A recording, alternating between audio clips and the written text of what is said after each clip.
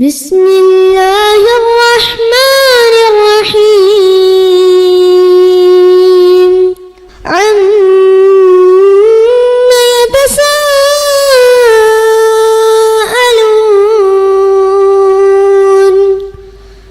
عن النبأ العظيم الذي هم فيه مختلفون كلا سيعلمون ثم كلا سيعلمون. அஸ்ஸலாமு அலைக்கும் வரஹ்மத்துல்லாஹி வபரகாத்துஹு. கண்ணியத்திற்குரிய எல்லாம் வல்ல அல்லாஹுவின் நல்லடியார்களே, அல்லாஹுடைய பேரருளால் அவனுடைய புனிதமிக்க ரமலானுடைய மாதத்தில் அவனுடைய திருத்தூதர் நபிகள் நாயகம் ஸல்லல்லாஹு அலைஹி வஸல்லம் அவர்கள் வழிகாட்டிய அடிப்படையில் இரவு தொழுகையை நிறைவேற்றிவிட்டு அவனுடைய மார்க்கத்தை அறிந்து கொள்ள வேண்டும் என்ற பேராவலோடு நாம் எல்லாம் இங்கே அமர்ந்திருக்கின்றோம். அல்ஹம்துலில்லாஹ். இந்த நேரத்திலே அல்லாஹுவின் நேசத்திற்குரியவர்கள் என்ற ஒரு சிறப்பான தலைப்பை தேர்வு செய்திருக்கிறார்கள். இந்த தலைப்பிலே நேற்றைய தினம் அல்லாஹுடைய நேசத்தை பெற வேண்டும் என்று சொன்னால் நாம் எவ்வாறு நடந்து கொண்டால் அல்லாஹுடைய நேசத்தை பெற முடியும், அவன் நம்மை நேசிக்க வேண்டும் என்றால் அதற்கான அடிப்படையான சிந்தனை நம்முடைய உள்ளத்திலே எவ்வாறு இருக்க வேண்டும் என்ற செய்தியை நாம் அறிந்து கொண்டோம். அவ்வாறு நம்முடைய வாழ்க்கையிலே இறைவனுடைய நேசத்தை பெற வேண்டும் என்ற எண்ணத்தோடு ஒவ்வொரு காரியத்தையும் நகர்த்தும் பொழுது அல்லாஹ் ரப்புல் ஆலமீனுடைய நேசம் நம்முடைய வாழ்க்கையிலே நிச்சயமாக கிடைக்கும். இறைவனுடைய நேசத்தை பெறுவதற்கு ஏராளமான வழிமுறைகளை அல்லாஹ் ரப்புல் ஆலமீன் திருமறை குர்ஆன் வழியாகவும் நபிகள் நாயகம் ஸல்லல்லாஹு அலைஹி வஸல்லமுடைய வாழ்க்கையின் வழியாகவும் நமக்கு கற்றுத் தந்திருக்கின்றான்.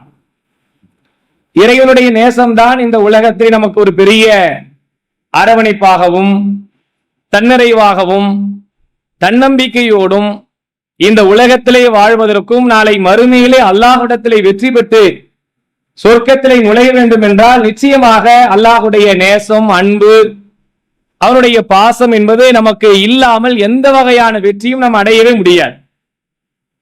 அந்த சிந்தனைகளிலே முதலாவது ஒரு விஷயமாக அல்லாஹ் யாருக்கு அதிகமான நேசத்தை தன் புறத்திலிருந்து வழங்குகிறான், அப்படிப்பட்ட நேசத்திற்குரியவர்கள் தான் சொர்க்கத்திலே உச்ச நிலையிலே இருக்கக்கூடியவர்களாக இருப்பார்கள் என்பதிலே மிக முக்கியமான ஒரு இடம். இன்னல்லாஹ யுஹிப்புல் முத்தகீன், அல்லாஹ் ரப்புல் ஆலமீனை யார் அஞ்சுகிறார்களோ அப்படிப்பட்ட பயபக்தி உடையவர்களை அல்லாஹ் நேசிக்கிறான். இறைவனை அஞ்சுகிற உள்ளங்களுக்கு அல்லாஹ்வுடைய பாசமும் நேசமும் விருப்பமும் என்றென்றும் இருந்து கொண்டே இருக்கும் என்பதனை நமக்கு எந்த வகையான மாற்று கருத்திற்கு இடமே இருக்காது. ஆனால் அப்படிப்பட்ட இறையச்சத்தோடு நம்முடைய வாழ்க்கையை நாம் வாழுகிறோமா? அந்த இறையச்ச சிந்தனையோடு நம்முடைய வாழ்க்கை நகர்ந்து கொண்டிருக்கிறதா? இறைவனுடைய அச்சத்தால் இந்த உலகத்திலே வாழ்ந்தால் நிச்சயமாக அல்லாஹ்வுடைய நேசம் நமக்கு கிடைத்தே தீரும்.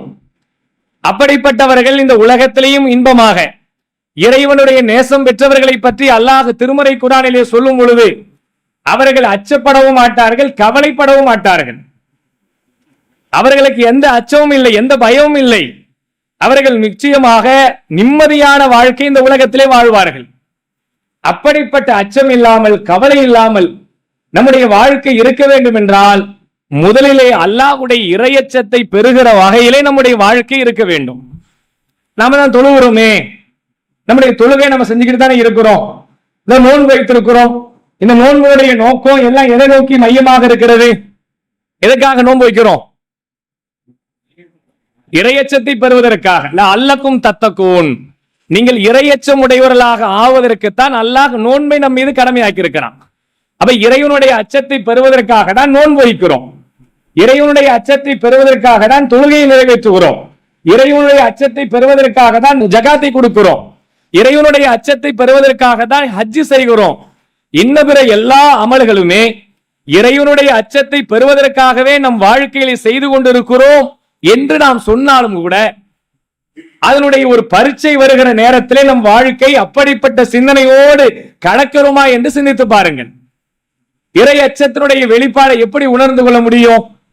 ஒரு நெருக்கடியான சூழ்நிலை வருது, இறை அச்சம் நம்முடைய வாழ்க்கையில இருக்கா இல்லையா என்பதை பரிசோதிக்கிற வகையிலே நபிகள் நாயகம் ஸல்லல்லாஹு அலைஹி வஸல்லமுடைய வாழ்க்கையில பல சம்பவங்கள் நடந்ததை அவருடைய வரலாற்று பூர்வமாகவே நம்முடைய வாழ்க்கையில சிந்தித்து பார்க்க முடியும். அல்லாஹ்வின் தூதர் அது சம்பந்தமாக நிறைய செய்திகள் நமக்கு சொல்லி இருக்கிறாங்க. எப்படிப்பட்ட செய்தியை சொல்றாங்க பாருங்க. நபிகள் நாயகம் ஸல்லல்லாஹு அலைஹி வஸல்லமுடைய காலத்துக்கு முன்னணி வாழ்ந்த ஒரு சமுதாயத்தை பற்றி சொல்லும் பொழுது ஒரு 3 நபர்கள், நமக்கெல்லாம் உள்ளத்துல அச்சம் இருக்கா? நாம் உண்மையிலே இறையச்சத்தோடு தான் வாழ்கிறோமா? இறையச்சத்தை உள்ளத்திலே ஏந்தியவர்களாக இந்த உலகத்திலே வாழ்ந்தால் நிச்சயமாக இறைவனுடைய அன்பையும் பாசத்தையும் பெற முடியும் என்பதிலே இன்னும் உள்ளத்திலே ஒரு ஆழமான நம்பிக்கையோடு இருப்பதற்கு, நம்மை உரசி பார்ப்பதற்கு இந்த தலைப்பு மிக அவசியமானது.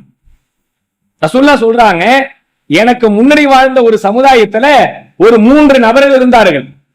அந்த 3 நபர்கள் ஒரு முறை அவங்க நடந்து போயிட்டு இருக்கிற வேளையில திடீர்னு ஒரு மழை பெய்கிற ஒரு சூழ்நிலை ஏற்படுது. அவங்க அந்த 3 பேர் ஒரு குகைக்குள்ள போய் நுழைகிறாங்க. அந்த குகையில நுழைந்தா என்ன ஆகுது? அல்லாஹ் அவர்களை சோதிப்பதற்காக அந்த குகையினுடைய வாசலை இறைவன் மூடி விடுகிறான். அந்த 3 பேர் உள்ள போய் அந்த குகைக்குள்ள மூடிக்கிச்சுன்னா எப்படிப்பட்ட ஒரு நிலை இருக்குன்னு சிந்திச்சு பாருங்க. நம்ம எங்கேயோ ஒரு இடத்துக்கு போயிட்டு இருக்கிறோம், தெரியாத ஒரு இடம், கூகுள் மேப்பை போட்டு போய்கிட்டே இருக்கிறோம். போற இடத்துல பார்த்தா ஒரு முட்டு சந்து, அவ்வளவுதான். திரும்பி வர்றதுக்கும் இந்த பக்கம் திருப்புறதுக்கும் காருக்கு வழி இல்ல, அப்படியே முன்னாடி போனாலும் வழி இல்ல. அப்படியே ஒரு வேளை முந்தி மேல ஏறி போனா பெரிய மலைக்கு மேல இருந்து அப்படி கீழே பாக்குற மாதிரி நிலைமை எப்படி இருக்கும்? ஒரு பெரிய த்ரில்லிங்கான ஒரு டைம். அப்படி எல்லாம் நிறைய பேர் மாட்டி இருக்காங்க. கூகுள் மேப்பை நம்பி போய் பாய், மேப்பை நம்பி போன பாய், மலை உச்சியில போய் நிப்பாட்டிடுச்சு பாய், திரும்பியும் கீழே வர முடியல, அந்த பக்கம் இறங்க முடியல. அப்படிப்பட்ட நிலையெல்லாம் மாட்டிக்கிட்டு இருக்கவங்களா பாக்குறோம். அப்ப இது மாதிரி ஒரு நிலையில நம்மளை உதவி செய்ய முடியாத ஒரு கட்டத்திலே உள்ளே நுழையும் பொழுது நம்ம எப்படி காத்துக்கொள்ள வேண்டும் என்பதற்கு ஒரு செய்தியை சொல்றாங்க. அந்த 3 பேர் உள்ள போய் மாட்டின உடனே வாசல் மூடிடுச்சு. எப்படிப்பட்ட த்ரில்லிங்கோட உள்ள இருந்திருப்பாங்க. அந்த சிந்தனையில அவங்க 3 பேரும் அல்லாஹ்விடத்திலே கையேந்துகிறார்கள். அவங்க வாழ்க்கையில் நடந்த இக்கட்டான சூழ்நிலையில் இறையச்சத்தினுடைய இலக்கணத்தை, இறையச்சத்தினுடைய வெளிப்பாடை, இறையச்சத்தினுடைய முக்கியமான செயல்பாடை அங்கே வெளிப்படுத்துறாங்க. ஒருவர் தன்னிடத்தை வேலை செஞ்ச ஒரு ஊழியர் வேலை செஞ்சுட்டு சம்பளம் வாங்காம போயிட்டாங்க. சம்பளம் வாங்காம போன முதலாளி நினைப்பான், அப்பா இவனை மாதிரி எத்தனை அடிமை கிடைச்சா நல்லா இருக்கும்டா, உழைக்கிறான், காசை வாங்காம போயிட்டு இருக்கிறான், இந்த மாதிரி ஆளுங்கெல்லாம் கிடைச்சா நமக்கு ரொம்ப நிம்மதியா இருக்கும். 10 நாள் 20 நாள் வேலை செய்யறான், அதோட ஓடிடுறான், திரும்ப காசு வாங்க ஆள் இல்ல அப்படின்னா நிறைய பேர் சந்தோஷப்படுவாங்க. ஆனா இவர் என்ன செய்யறாருன்னா, அந்த பணத்தை வச்சு சில ஆடுகளையும் மாடுகளையும் ஒட்டகங்களையும் வாங்கி அவரும் அந்த காசை வைத்து வளர்த்துக்கிட்டே வர்றார்.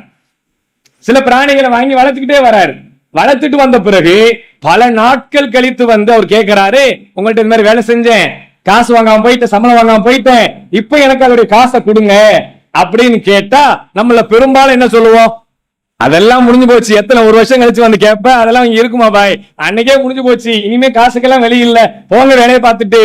எத்தனை நாள் கழிச்சு வரீங்க? நேத்து வேலை செஞ்சா இன்னைக்கு சம்பளம் கிடையாது, நீங்க பல நாட்கள் கழிச்சு வருவீங்க, நம்ம கொடுப்போமா? இப்படி பேசுறவங்க உண்டு. கம்ப்ளைண்ட் ஜமாத்துக்கே வருது, கடிதமா வருது. என்ன வருது? பாய் அங்க வேலை செஞ்சோம் பாய், சம்பளம் கொடுக்காம ஏமாத்திட்டாங்க பாய், 1 மாசம் வேலை செஞ்சோம் பாய், அவ்வளவு கஷ்டப்பட்டோம் பாய், இவ்வளவு கஷ்டப்பட்டோம் பாய், அப்படி எல்லாம் நிறைய கடிதங்கள் வர்றதையும் உங்களுடைய வாழ்நாள நீங்களே அனுபவிச்சிருப்பீங்க. ஆனா அவ்வளவு நாள் கழிச்சு வந்து கேட்கிறாரு, அவங்களுக்கு எடுத்து கொடுக்குறாங்க. எப்படி இருக்கு பாருப்பா, உன்னுடைய காசுதான் அந்த மந்தையெல்லாம் மேய்ஞ்சிக்கிட்டு இருக்குது, அப்படியே ஓட்டிக்கிட்டு போனோடனே பெரிய ஆச்சரிய சந்தோஷத்துல, இதையா என்ன ஓட்டிட்டு போக சொல்றீங்க? நான் செஞ்ச வேலைக்கு சம்பளம் தானே கேட்டேன் உங்கள்கிட்ட, நான் கேட்டது சம்பளம், இதை கொடுக்குறீங்களேன்னு. இறைவனுக்காக வேண்டி அவனுடைய காசை ஏமாத்த கூடாது என்ற அச்ச உணர்வால், இறைவா நான் இப்படிப்பட்ட ஒரு செயல்பாடை செய்தேன் என்று அல்லாஹ்விடத்தில் ஒப்படைக்கிறார். இறைவன் அந்த நெருக்கடியான சூழ்நிலை இருந்து அந்த குகையினுடைய வாசலை கொஞ்சம் திறக்கிறான்.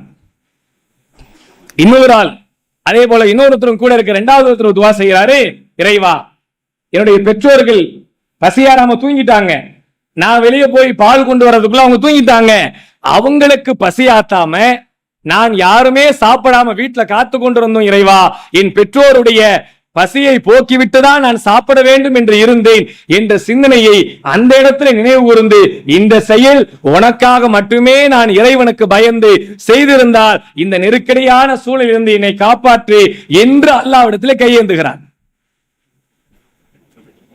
நம்ம அப்படி இருப்போமா? பெற்றோர்கள் தூங்கிட்டாங்கன்னா வேலை முடிஞ்சு போச்சு. இன்னைக்கு பெற்றோர்களை பராமரிப்பதை பற்றிய நிறைய செய்திகளை மீண்டும் மீண்டும் சொல்ல வேண்டிய ஒரு நிலைமை, அதை பற்றிய தனித்தலைப்பாக பேச வேண்டிய ஒரு செய்தி. எத்தனையோ குமுறல்கள் யூடியூப்ல, பேஸ்புக்ல, வாட்ஸ்அப்ல, நம்ம குடும்பங்கள்ல, தெருக்கள்ல நிறைய செய்திகள் பெற்றோர்களை பராமரிக்காமல் கைவிடப்பட்டவர்களுடைய செய்தி நிறைய பார்த்துக்கிட்டே இருக்கும். இதுல முக்கியமானது என்ன? அவர் அதை உணர்றார். அல்லாஹ் ரப்புல் ஆலமீன் சொல்வதை போல வகலா ரப்புக்கும் அல்லா தாபுது, வணக்கத்துக்குரியவன் அல்லாஹ்வை தவிர வேற யாரையும் வணங்க கூடாது என்று உங்கள் இறைவன் உங்களுக்கு கட்டளையிட்டு இருக்கானே. அதற்கு கீழே அல்லாஹ் என்ன சொல்கிறான்? வபில் வாலிதைனி இஹ்சானா, உங்களுடைய பெற்றோர்களுக்கு பராமரிக்குமாறு உங்களுக்கு நான் கட்டளையிடவில்லையா? இறைவனுடைய வணக்கத்துக்கு கீழே இதை வைத்திருக்கிறான். இப்படிப்பட்ட ஒரு சிந்தனைக்கு ஏற்ப அவர் செய்த அல்லாஹ்விடத்தில் கையேந்துகிறார். இறைவன் என்ன செய்கிறான்? இப்படிப்பட்ட ஒரு செயல்பாடை இறைவனுக்கு பயந்துதான் நிச்சயமா செய்திருப்பாரு என்பதை இறைவன் உணர்ந்து அந்த பாறையிலிருந்து கொஞ்சம் விளக்கம் தருகிறான். 2 பேருடைய துவா முடிஞ்சிச்சு. 3வது ஒருத்தர் துவா செய்கிறார். இறைவா, ஒரு நெருக்கடியான ஒரு சூழ்நிலை, ஒரு பெண்ணை என்னிடத்துல பொருளாதாரம் இருந்தது, அந்தஸ்து இருந்தது, அப்படிப்பட்ட நேரத்திலே ஒரு அழகான பெண்ணை அடைவதற்காக வேண்டி நான் நெருங்கி விட்டேன்.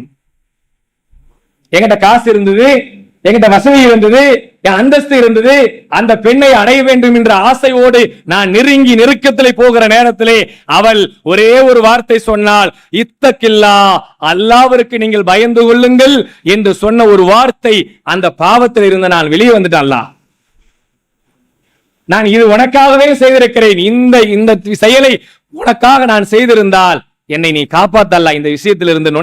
அல்லாஹ் அந்த பாறையை முழுமையாக விலக்கி 3 பேரும் அதிலிருந்து வெளியே வந்திருக்கிறார் என்று சொன்னார். இதுதான் இறைவனுடைய அச்சத்தால் அல்லாஹ்வின் நேசத்தை பெறுவது. நம்ம உள்ளத்தில் அப்படி சிந்திச்சு பாருங்க. அப்படியான ஒரு நெருக்கடியான கட்டத்திலே நான் அப்படி செயல்பட்டு இருக்கிறேனா? என்னுடைய குடும்பத்துல, என் தாயிடத்துல, என் பெற்றோரிடத்துல, என் பிள்ளைகளிடத்துல, என் மனைவி இடத்துல, என் உறவுகளிடத்துல இது போல ஏதாவது ஒரு சம்பவம், ஒரு நெருக்கடியான ஒரு சூழ்நிலை, அநீதி வைக்கிற மாதிரியான ஒரு நிகழ்வு ஏற்பட்ட நேரத்துல நான் செய்ய மாட்டேன், அல்லாஹ்வுக்கு பயந்தவனாக இந்த பாவத்தில் நான் மீண்டு விடுகிறேன் என்று நாம் சிந்தித்து வெளியேறி இருந்தால் நம் உள்ளத்தில் இறையச்சம் இருக்கு என்று அர்த்தம். நான் அல்லாஹ் தொழுகையில் வந்து நிக்கிறேன், அல்லாஹ்வுக்கு பயப்படுறேன், தொழுகிறேன், ஓகே. இந்த தொழுகையினுடைய வெளிப்பாடு இறைவனை அஞ்சுகிறேன் என்பதற்காக தான் தொழுகிறேன். ஆனால் அந்த தொழுகையினுடைய வெளிப்பாடு இறையச்சத்தை உணர்வதற்காக வேண்டி இறைவன் சில டெஸ்ட வைக்கும் போது அந்த பரீட்சையில நான் தேர்வாகிறேனா?